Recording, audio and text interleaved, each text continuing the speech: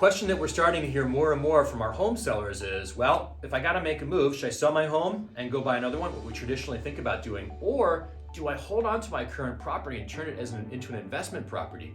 And that's interesting, right? When you go to sell your home, you usually have some equity built up, and there's two options. One is take that equity and put it into your new property, or do we start getting into the wealth building game, right? Residential real estate investment is kind of the get rich slow program. I shouldn't say slow, it's slowly and then suddenly as a hockey sticks up. And it's something that you may want to consider as you look at your options if you're thinking about selling.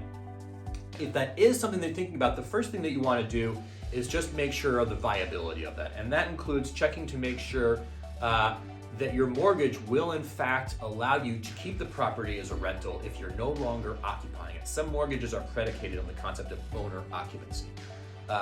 The second thing that you want to do is make sure that you've been in that property for at least 12 months if your mortgage does allow you to exit the property and continue to rent it. And the third one is talk to your HOA, make sure your HOA even allows rental properties. Some HOAs are very finicky about only owner occupants. So that's step one, is making sure that you can do it. And now let's talk about the fun part about building wealth through investment properties, and that's this concept of passive income, right? I prefer the term mailbox money. And that is when the rent, and remember, rents have been going up very quickly over the last few years, when the rent covers not only your mortgage payment, not only your taxes, not only the cost of maintenance of the property, but a little bit more. And that little bit more, that becomes passive income that comes to you, and that is a beautiful thing. In conjunction with passive income comes the concept of depreciation, and it's a tax law or code that allows you to take as an expense the economic wear and tear of the property. And so effectively what the IRS is saying is like, okay, every year you live in there, the property gets worn down a little bit, and over time it becomes worth less. You can take that as an expense. So what the wealthy do in the real estate game is they take enough depreciation when you're playing the game right to offset the amount of income that you earned that year. And so all that passive income, that mailbox money, effectively comes tax-free to you, which is a beautiful thing. The last thing you want to consider are what are the downsides of keeping it as an investment property. The first one you gotta know is tenants and toilets. There is a hassle factor associated with owning investment property.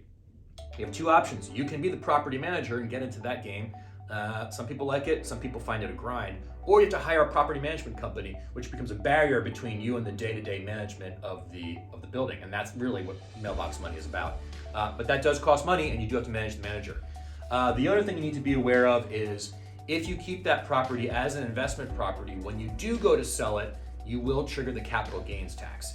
Now, there's a game around kind of not paying capital gains, and that's called 1031, and that's 1031 exchange. That's a different topic, but it is a consideration. So if the concept of building wealth through real estate is interesting, and I think it is, I'm certainly biased, shoot me an email, give me a phone call. I'm sure you have questions. Happy to consult with you about what that might look like in your current property, or if you're just interested in getting in the real estate game. So I look forward to talking to you soon. Thanks.